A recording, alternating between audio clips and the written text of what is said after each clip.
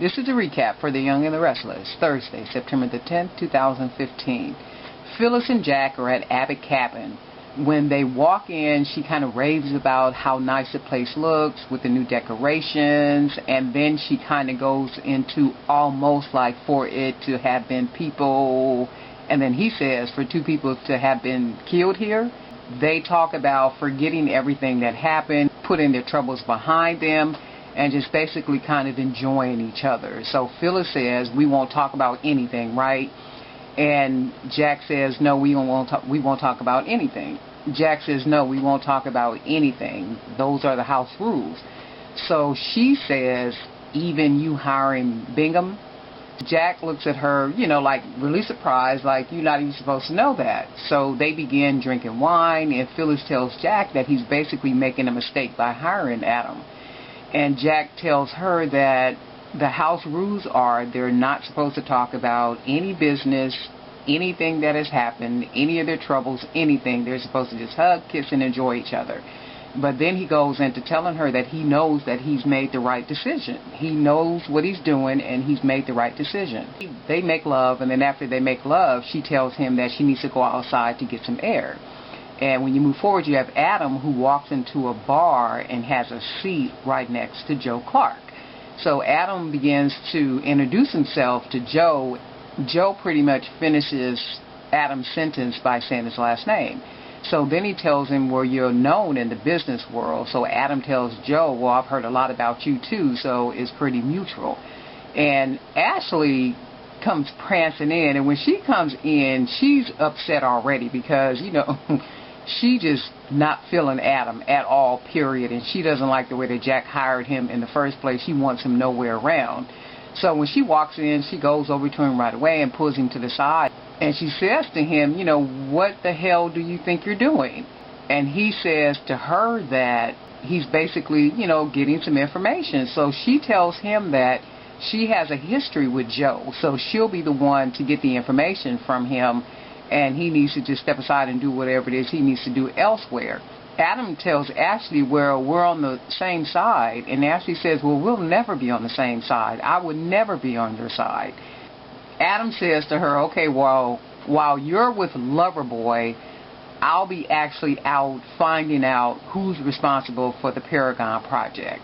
So Adam leaves, and then Ashley calls Jack, and she leaves Jack a message because, of course, Jack didn't answer the phone. Remember, he's with Phyllis at the cabin. She leaves him the message and tells him that he needs to call her back right away. Neil is sitting at a table at the dive bar, and he's looking at an article. And the article is about Hillary missing, and Gwen walks up. When she walks up, they pretty much greet each other, and then she has a seat. So they have some small talk about how she had been thinking about him and everything that had been going on. And he asked her if she would like to go out on a date. So she says, yeah, she agrees, and she suggests a certain restaurant. So Neil says, well, yeah, I like that kind of food, but I would much rather avoid the media attention. And at that time, Lily walks up, and Lily is walking up kind of fast, like something is really going on. And she says, Dad. And Neil says, well, what's wrong? What happened? Did something happen with the investigation? So Lily says, well, something happened. Gwen could see that they needed some privacy, so she walked away. So Lily goes in to telling Neil that Kane and Michael had been arrested.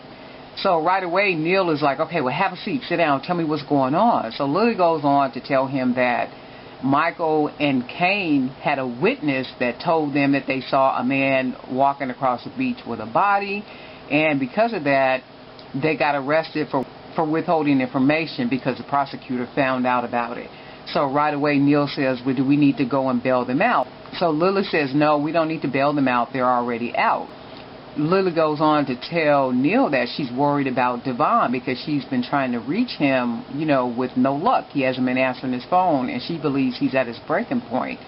Neil tells Lily, well, when I talked to him, he did sound like he was in pretty bad shape. And then she goes into how people will say or do anything for that $1 million, and she really hates that he did that. And she goes on to tell Neil that she knows that Devon wouldn't hurt Hillary, but you know, other people don't. So then she talks about how Gwen, she's heard about the sleeping pills, and he says, well, no, I just need a couple of nights of really good sleep so that I can deal with whatever the situation comes from this Hillary and Devon situation. Neil shows up at Gwen's place after his conversation with Lily, and when he shows up, Emma's hospital badge is on the table. So remember, Neil was trying to get some medical supplies, but he couldn't.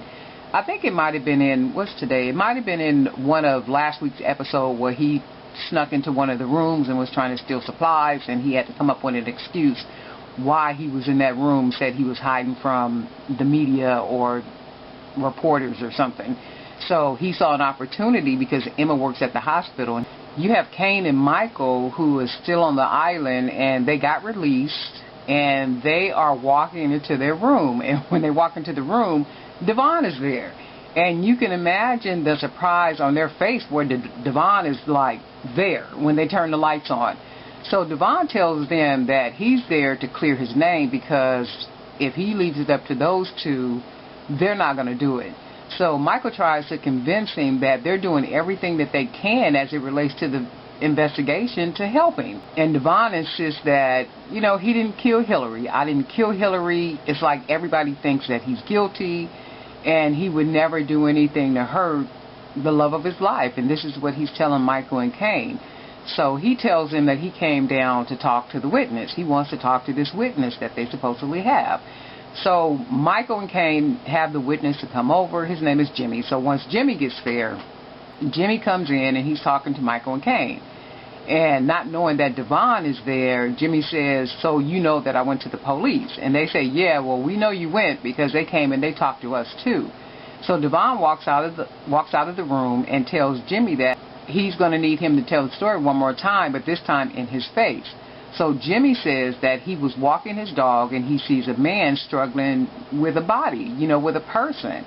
And he could see that it was a woman. So he goes on to say that he thought the woman was drunk. That's why he didn't call the police or he didn't report anything, because, hey, I thought they had been drinking and maybe she had drank a little bit too much. So Devon asked him, well, was it me? Can you tell if it was me or not? Jimmy is looking at him with doubt, like, no, because then he says, well, you're a little smaller than the other guy, and then the other guy had hair. And then he goes to say, well, you could have cut your hair. And then Devon says, well, no, I didn't cut my hair. So Devon says, well, could it have been me? And then Jimmy says, well, if someone were to ask me if it were you, I would say it probably wasn't you. There you go. And I was saying that all the time, too. I don't know how anybody could get Devon and Neil confused, because Neil is taller. He's a lot thinner. Devon is shorter. He seems to be a little lighter. So here it is. You have Chelsea. She's at the penthouse, and the realtor stops by. And she stops by because she needs Adam to sign the paperwork. So Chelsea says to her, well, didn't he already sign the paperwork? I thought he did that the other night. So she says, well, no, he never even showed up to the meeting. So, of course, Chelsea is standing there just straight puzzled about what happened with Adam and his paperwork. So as time goes by, Adam walks in and he says, honey, I'm home. Yeah, right. And he expresses to her how good that sounds. So Chelsea is standing there just irritated and upset and just ready to just go all the way off on him. And she says, we've only been back barely a week and you're already lying to me. You're already telling me lies. And he's like, okay, well, what are you talking about? And then she goes into about the realtor coming and the paperwork not being signed and all this other crazy kind of stuff. Jack calls Ashley back. And when he calls Ashley back, Ashley just kind of goes off on him and tells him, you know, that he needs to stay out of the way, make sure Adam stays out of the way. She tells Jack that she doesn't need their help and just kind of leave it alone, and she'll deal with Joe and she'll get whatever information it is that she needs. I would say that this was a pretty good episode of The Young and the Restless, and I like the fact that Joe is in it. I kind of like Joe's character. There's a lot that I left out, and I only leave a lot out so that when you get a chance to watch it, there are surprises. That is one reason why I leave a lot of it out, so that when you watch it, you know, it's worth watching. It doesn't make any sense for me to tell you everything that happens from A to Z. This has been a recap for The Young and the Restless, Thursday, September the 10th, 2015, darling night. Like the video if you like it, comment if you have a comment. Be sure to subscribe for more reviews, recaps, and spoilers. Your soap and reality chat. Thanks for watching.